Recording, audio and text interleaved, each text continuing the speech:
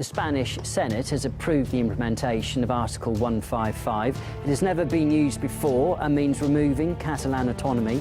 Spain's President Rajoy called on the Spanish people to remain calm. He also said that the rule of law in Catalonia will be restored. The decision does come just minutes after the Catalan Parliament voted in favour of declaring independence from Spain. A total of 72 lawmakers there voted in favour of Catalan independence, 10 voted against and 2 abstained.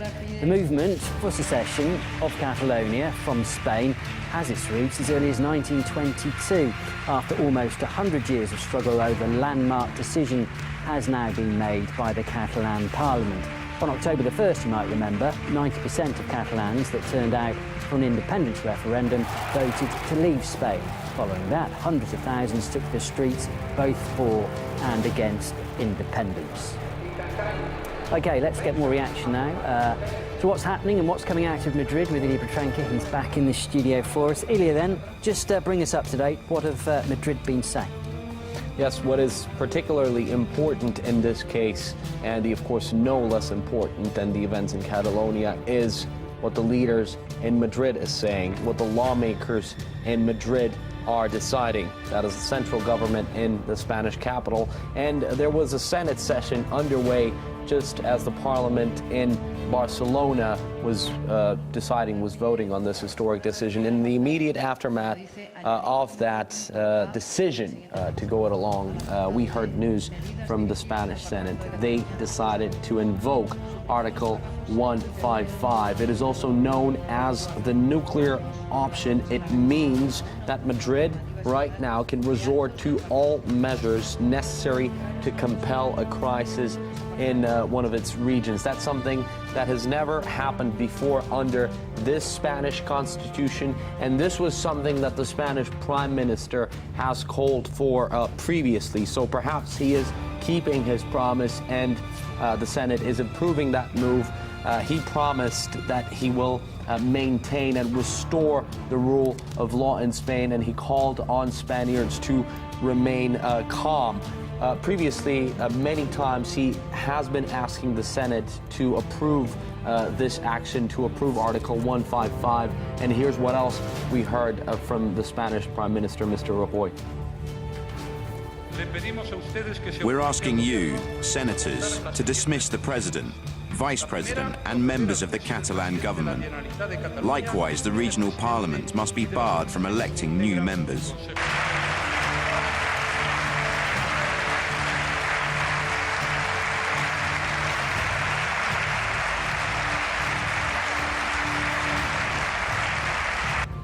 So we heard this massive round of applause, and we understand that Madrid has really been encouraged to act, and we know that they can resort to power. We remember all the instances of police brutality and other controversies that happened during the actual vote on independence that we saw a few weeks ago in Catalonia. But Mr. Rajoy is saying that he had no other choice, and this is, at this point, the only way to restore democracy, the rule of law and order in his country. Again, these are the words of Mariano Rajoy, the Prime Minister of Spain. What can happen right now are many things, but first of all, under Article 155, that is the what Madrid can do is depose the president of Catalonia, Carles Puigdemont. They can take the region under temporary control. The rest of the government can still keep going and operating, but again, under a close watch by Madrid and under their control. And the parliament can remain active as well, but they won't be able to elect a new president. We will see which particular parts of Article 155 Madrid will now implement, and the most important question is, of course, what particular measures, what particular ways to exercise all these measures Madrid will now resort to. Sure. OK, Ilya, thanks for that. That was Ilya Petrenka there with the latest on what's been happening in Madrid. Well, I discussed events too with Enric Folk. He's from the Catalan Solidarity for Independence. our president was giving hands open to dialogue, but as far as I know, a lot of pressures from inside of the government political party, Partido Popular, PP, and Mr. Rajoy was suffering great pressure inside of the party for the application of the Article 155. They want to apply this article. They want to suppress all this, the Catalan autonomy, and they want to close all the independent movement in Catalonia. This is something which you cannot do. These steps, it will be difficult steps. Of course, we will front immediately a lot of difficulties. Companies which will go out, and other companies will come back again. I am practically sure. This is the cost of the independence. Nobody was saying that this will be in gratitude and without paying. We will need to pay, but we are ready to pay any cost for be free. So with the Catalan Parliament voting to declare independence then, here's a short recap of the push to be a sovereign state. By now, you've surely heard about Catalonia's desire to go it alone.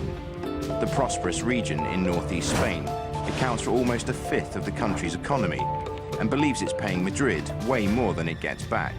Catalonia is home to 7.5 million people, boasting its own language, culture and history, which is why many Catalans consider themselves a separate nation.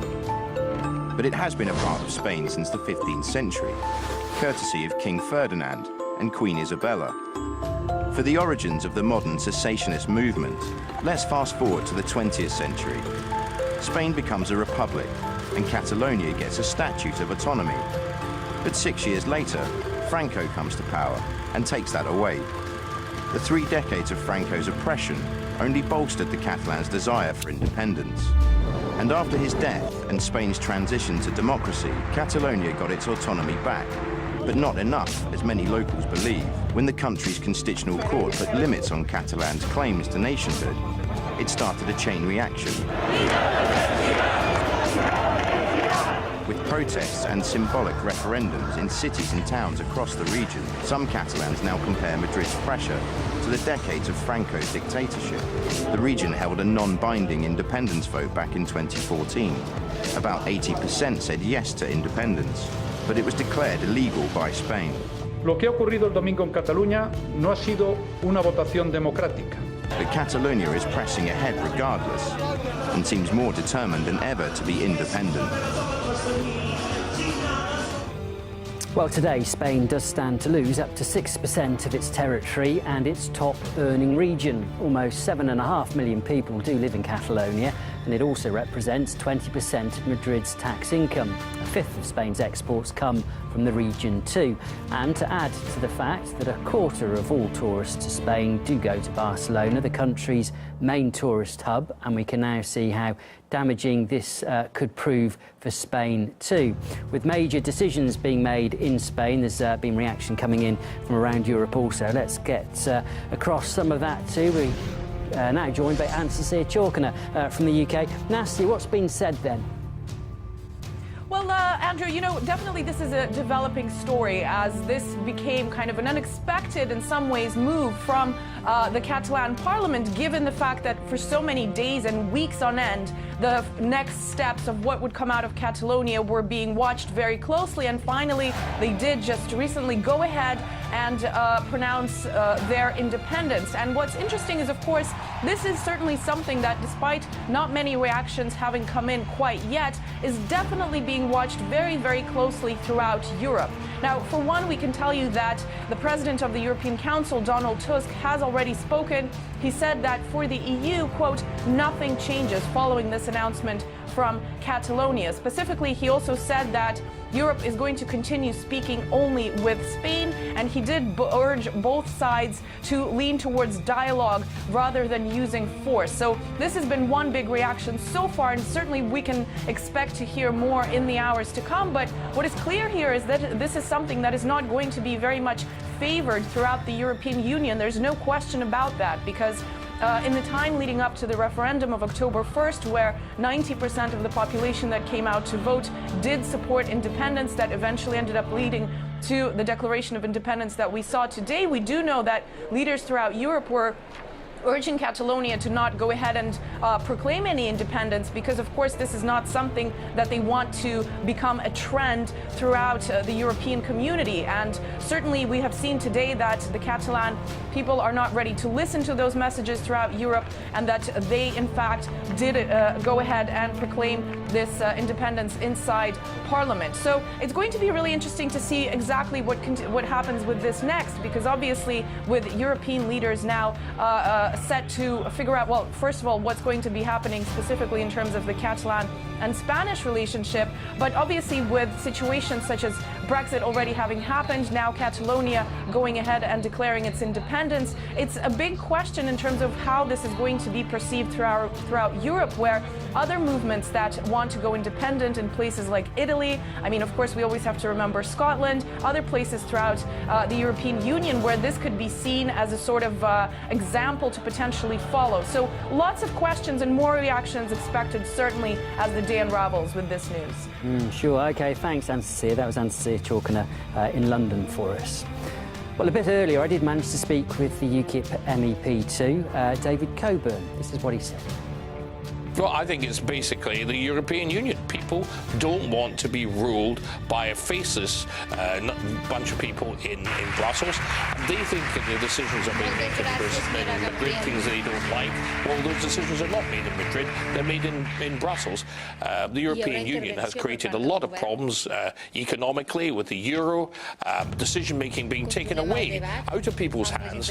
People cannot get a hold of representatives by the scruff of the neck and throw them out once every 5 years. So I think people are disheartened by central governments of large European states. They're not doing what they're supposed to do.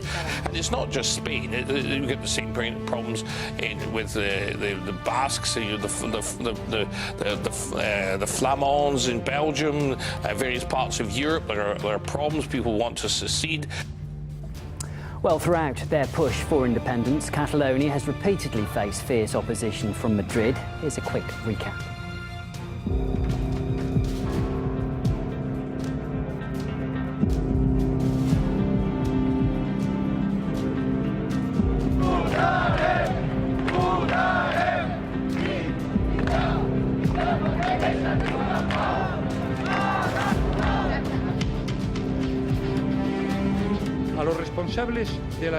To those in charge in the Catalan government, who are the protagonist in this challenge to our coexistence, I ask them to cease in their illegal activities.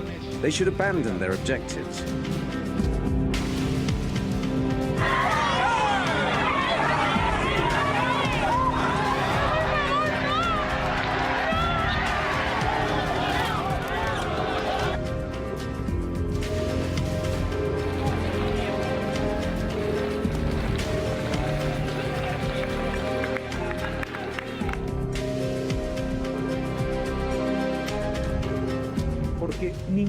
We are now applying Article 155 because no government at all in a democratic country can accept that the law be ignored, violated or changed. And this has all happened under false criteria, and they impose their criteria on everybody else. So then, a recap of what's been happening. The Spanish Senate has approved the implementation of Article 155. It has never been used before and means removing Catalan autonomy. Spain's Prime Minister called on the Spanish people to remain calm. He also said that the rule of law in Catalonia will be restored. The decision comes just minutes after the Catalan Parliament voted in favour of declaring independence from Spain. A total of 72 lawmakers there voted in favour of Catalan independence, 10 voted against, 2 abstained. You might remember that on October the 1st, 90% of Catalans that turned out for an independence referendum did vote to leave Spain. Today, those people didn't hesitate to show their joy. La voluntat de construcció d'un projecte nacionals a reconèixer la República Catalana com a estat independent.